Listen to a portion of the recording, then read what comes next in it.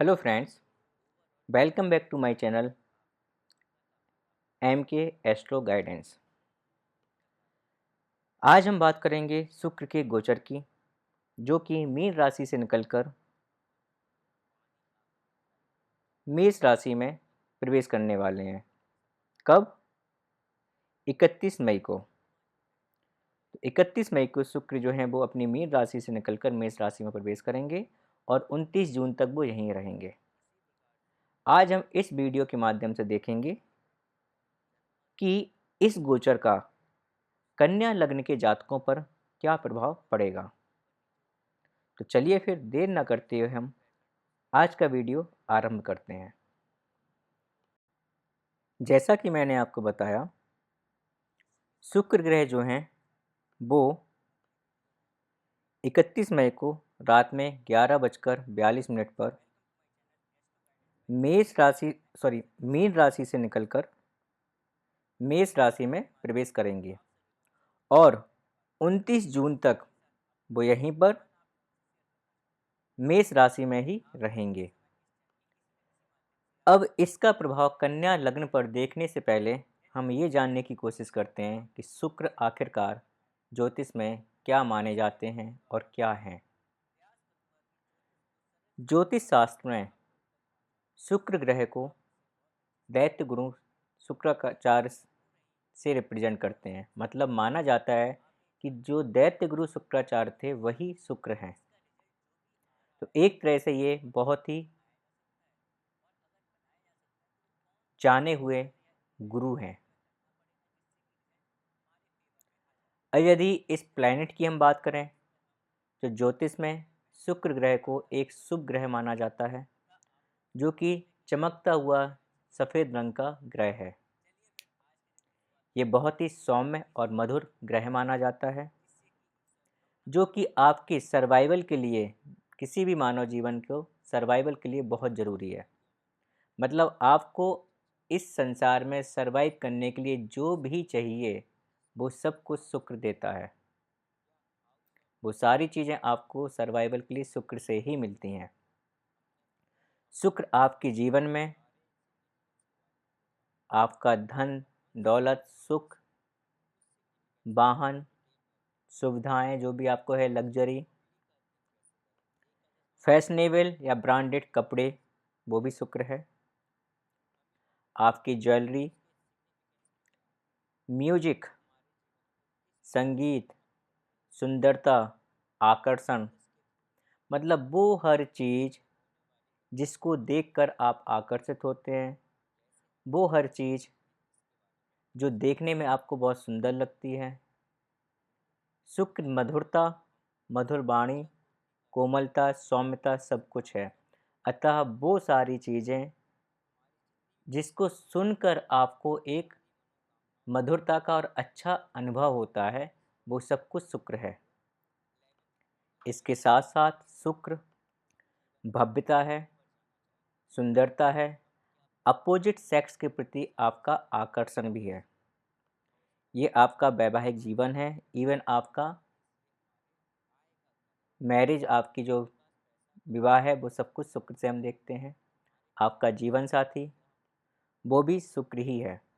इसके साथ साथ यदि हम शरीर में रोगों की बात करें तो जो भी आपके प्राइवेट पार्ट हैं वो शुक्र से रिप्रेजेंट होते हैं। जो भी गायनिक आपको इशू होते हैं, महिलाओं को जितने भी गायनिक इशू होते हैं वो सब कुछ शुक्र से ही देखे जाते हैं।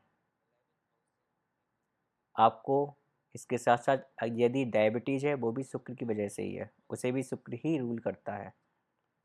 औषधि, जो भी औषधि हैं, जो भी मेडिसिन है, वो भी शुक्र से ही हम देखते हैं। लव, रोमांस, वो भी शुक्र है। यदि आपके अनैतिक संबंध हैं, एक से ज़्यादा अफेयर हैं, वो भी हम शुक्र को ही देखते हैं, शुक्र से ही देखते हैं। लेकिन कब? जब शुक्र की कंडीशन आपकी कुंडली में सही नहीं है।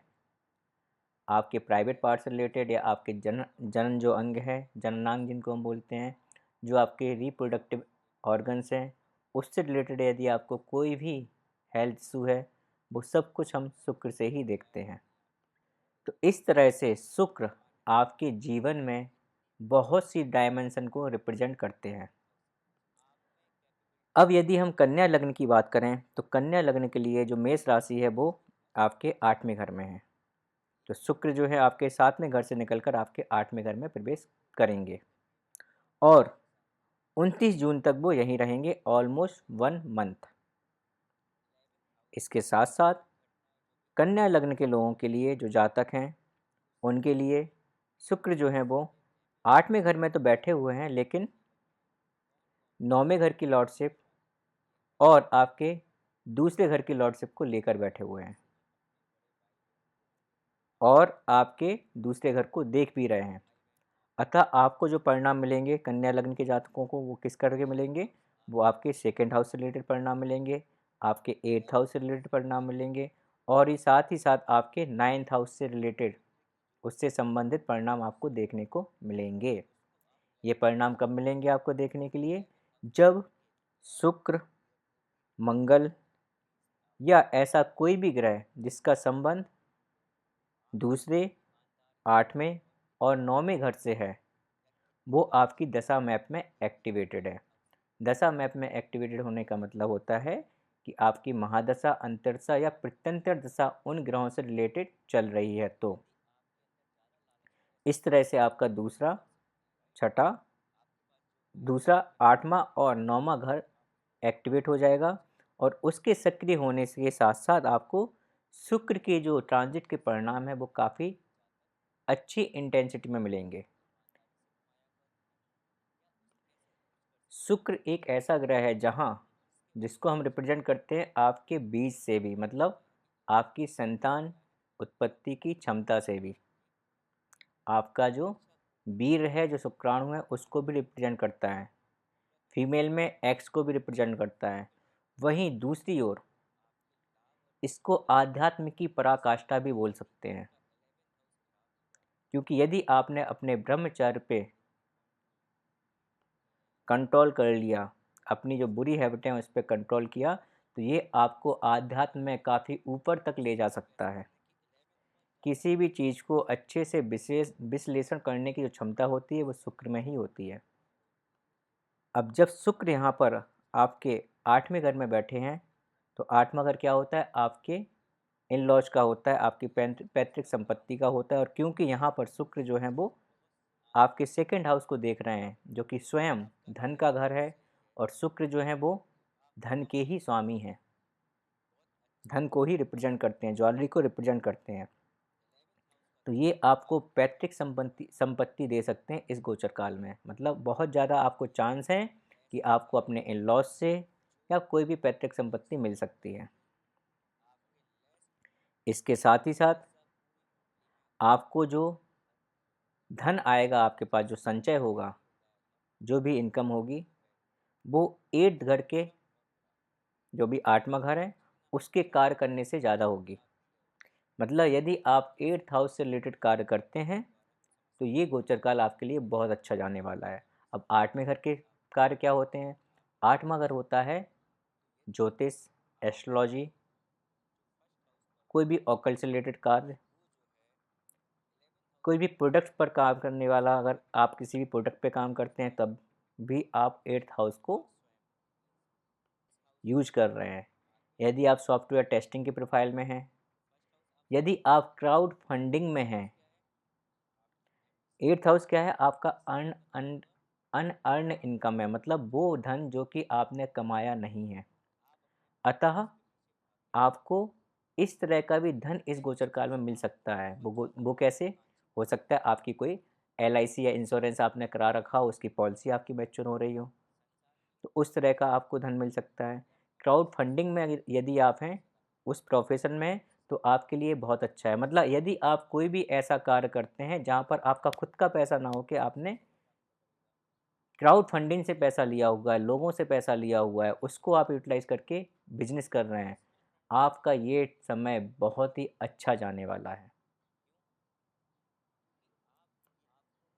यह एक ऐसा समय है जहाँ पर आपके पिता को कुछ संघर्ष का, स्ट्रगल का सामना करना पड़ सकता है।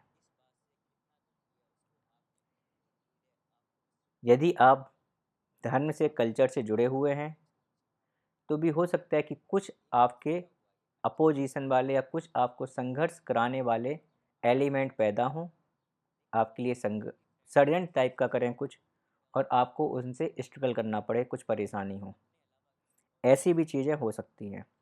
इसके साथ ही साथ आपको, क्योंकि 8th हाउस जो है वो आपके प्राइवेट पार्ट का होता है, आपको अपने प्राइवेट पार्ट या गायनिक रिलेटेड जो भी इशू हैं वो हो सकते हैं। अपने स्वास्थ्य का विशेष ध्यान रखें, अपने पिता के स्वास्थ्य का विशेष ध्यान रखें, अपने पिता का और गुरु का सम्मान करें। यह एक ऐसा समय है जहाँ पर हो सकता है कि आप ऑकल्ट की साइड थोड़ा सा अट्रैक्ट हों, मतलब आपका मन करे कि आपको ऑकल्ट सीखनी चाहिए। आपके जो फैमिली और जो फ्रेंड हैं, उनको हो सकता है इस गोचर काल में थोड़ा-सा संघर्ष का सामना करना पड़ सकता है। ये पूरा-पूरा डिपेंड करता है कि शुक्र की पोजीशन आपकी कुंडली में क्या है। अब शुक्र स्वयं धन के और मैरिज, आपके जीवन साथी को रिप्रेजेंट करते हैं, और 8th हाउस में बैठे हैं जो कि एक नेगेटिव हाउस है। अतः हो सकता है कि आपको अपनी मैरिज में कुछ प्रॉब्लम्स आएँ, अपने जीवन साथी को लेकर कुछ प्रॉब्लम्स आएँ। यदि आप शादी करने के इच्छुक हैं तो हो सकता है कि उसमें भी कुछ प्रॉब्लम्स आएँ, शादी करने में भी। इस तरह की प्रॉब्लम्स आपको देखने को मिल सकती हैं। आप जो वाहन है यदि आपके पास, तो वाहन को विशेष ध्यानपूर्वक चलाएँ, सावधानी के साथ चलाएँ, क्योंकि 8th हाउस एक्सीडेंट का होता है। यदि आपकी कुंडली में शुक्र की पोजीशन अच्छी नहीं है, तो आपको वाहन चलाते समय विशेष सावधानी का ध्यान रखना है, अदरवाइज़ दुर्घटनाएँ हो सकती हैं। यदि आप स्टॉक, शेयर्स या लॉटरी में अपना पैसा लगाते हैं, इंटरेस्ट रखते हैं, तो ये समय ऐसा है जो कि आपको इन एक्टिविटी से भी पैसा कमाने का मौका दे सकता है। लेकिन ध्यानपूर्वक, ये सब कुछ डिपेंड करेगा शुक्र की कंडीशन आपकी कुंडली में क्या है। यदि शुक्र की कंडीशन आपकी कुंडली में अच्छी नहीं है, तो इनसे आपको नुकसान भी हो सकता है, लॉसेस भी हो सकते हैं, और आप कुछ ना कुछ परेशानियों में भी पड़ सकते हैं। ये एक ऐसा समय है जहाँ पर हो सकता है कि आपके कुछ अनवांटेड और हिडन एनिमी हैं वो सामने आने लगें। कुछ आपको लगे कि आपके प्रति कुछ ना कुछ षड्यंत्र हो रहा है, ऐसा भी हो सकता है। बहुत से सडन इवेंट हो सकते हैं आपके साथ, आपके पिताजी के साथ। आपको हो सकता है कि लॉन्ग ट्रैवल का मौका मिले बहुत सडनली, और हो सकता है कि आप विदेश में हैं, वहाँ पर कुछ ना कुछ आपको प्रॉब्लम्स का सामना करना पड़ सकता है, बेस्ड ऑन शुक्र की कंडीशन आपकी कुंडली में क्या है। जो भी फाइनेंस रिलेटेड जितने भी फाइनेंस वाले आपके डिसीजन हो, उसको सोच समझ के लीजिए, क्योंकि वो आपको प्रॉब्लम में डाल सकते हैं, आपको लॉस भी हो सकता है। अतः फाइनेंस रिलेटेड जो भी आप डिसीजन लें, बहुत सोच समझ कर लें। यदि शुक्र की कंडीशन आपकी कुंडली में सही नहीं है, तो मैं आपको विशेष सलाह दूंगा कि अनैतिक संबंध से बचें। कोई भी अनैतिक संबंध ना बनाएं। आप अपोजिट सेक्स की साइड बहुत ज़्यादा आकर्षित इस समय हो सकते हैं, लेकिन आपको अपने आप को बचाना होगा, अदरवाइज़ आपके लिए बहुत ज़्यादा नेगेटिव प्रभाव हो सकते हैं। यह समय ऐसा है जहाँ पर आप कुछ अनैतिक कार्य भी कर सकते हैं, क्योंकि शुक्र जो है अपने ही घर से 12वें घर में आया हुआ है हानि, मतलब 9वां घर जो होता है वो नैतिकता का होता है। नैतिकता की हानि मतलब अनैतिकता। तो ये समय एक ऐसा है जहाँ पर आप कुछ अनैतिक कार्य कर सकते हैं, और बहुत ज़्यादा चांसेज आप उसमें इन्वॉल्व हो सकते हैं। इसलिए मैं आपको विशेष सावधानी के लिए बोल रहा हूँ कि कोई भी एक्स्ट्रा मैरिटल अफेयर, अनैतिक कार्य, इस तरह की चीज़ें ना करें। इससे आप अपने शुक्र को और ज़्यादा नेगेटिव कर देंगे।